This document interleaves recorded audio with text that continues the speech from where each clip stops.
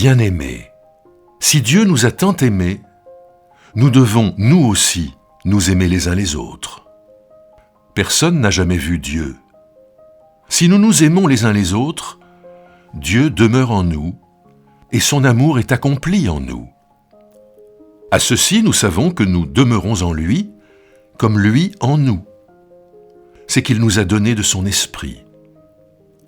Et nous avons vu et nous témoignons que le Père a envoyé le Fils comme sauveur du monde. Celui qui reconnaît que Jésus est le Fils de Dieu, Dieu demeure en lui, comme lui en Dieu.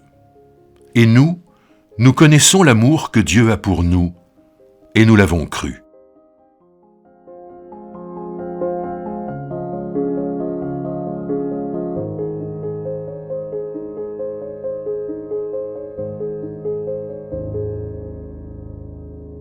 La première épître de Jean s'adresse à une église qui est traversée par le gnosticisme. Le gnosticisme, c'est cette théorie qui consiste à croire qu'il faut avoir accès à Dieu par une initiation. Et donc, l'accès à Dieu est réservé à ceux qui ont été initiés, à ceux qui ont fait tout ce cheminement dans la croix.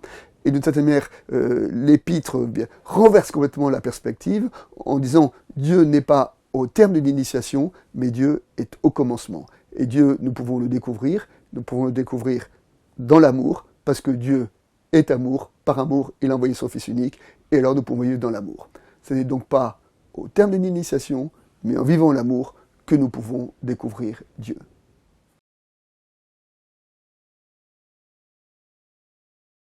Notre passage est encadré par deux versets.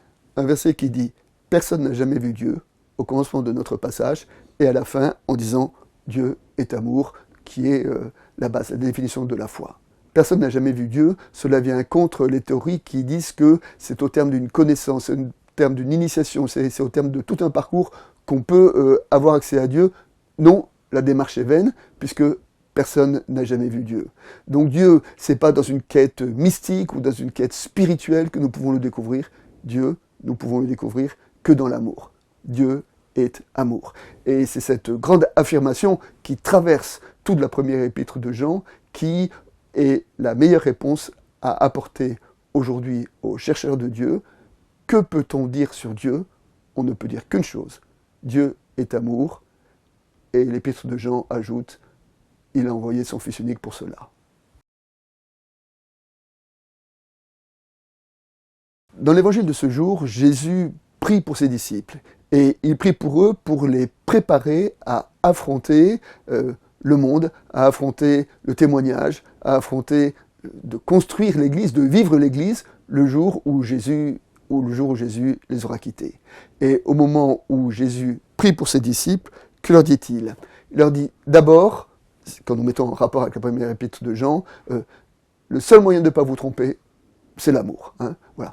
Aimez-vous, et si vous vous aimez les uns les autres, alors vous pourrez continuer à vivre mon évangile. Et cela est particulièrement important parce que c'est aussi le résumé de l'action de Dieu dans le monde, dans les évangiles. Le cœur de l'évangile, c'est quoi? Le cœur de l'évangile, c'est l'annonce selon laquelle Dieu ne s'est pas opposé à ses ennemis en les massacrant, Dieu s'est opposé à ses ennemis en mourant pour eux. C'est dans cet acte-là, de cette espèce de non-violence fondamentale de Dieu qui est le cœur de l'Évangile, et c'est cette non-violence fondamentale, non-violence théologique, spirituelle, que les disciples vont être appelés à mettre en œuvre, seront appelés à vivre, et c'est en s'appuyant sur l'exemple de leur maître qu'ils pourront alors devenir les témoins. Et aujourd'hui, ce que dit notre texte, c'est comment être sûr de ne pas se tromper de Dieu. La seule réponse, c'est en aimant.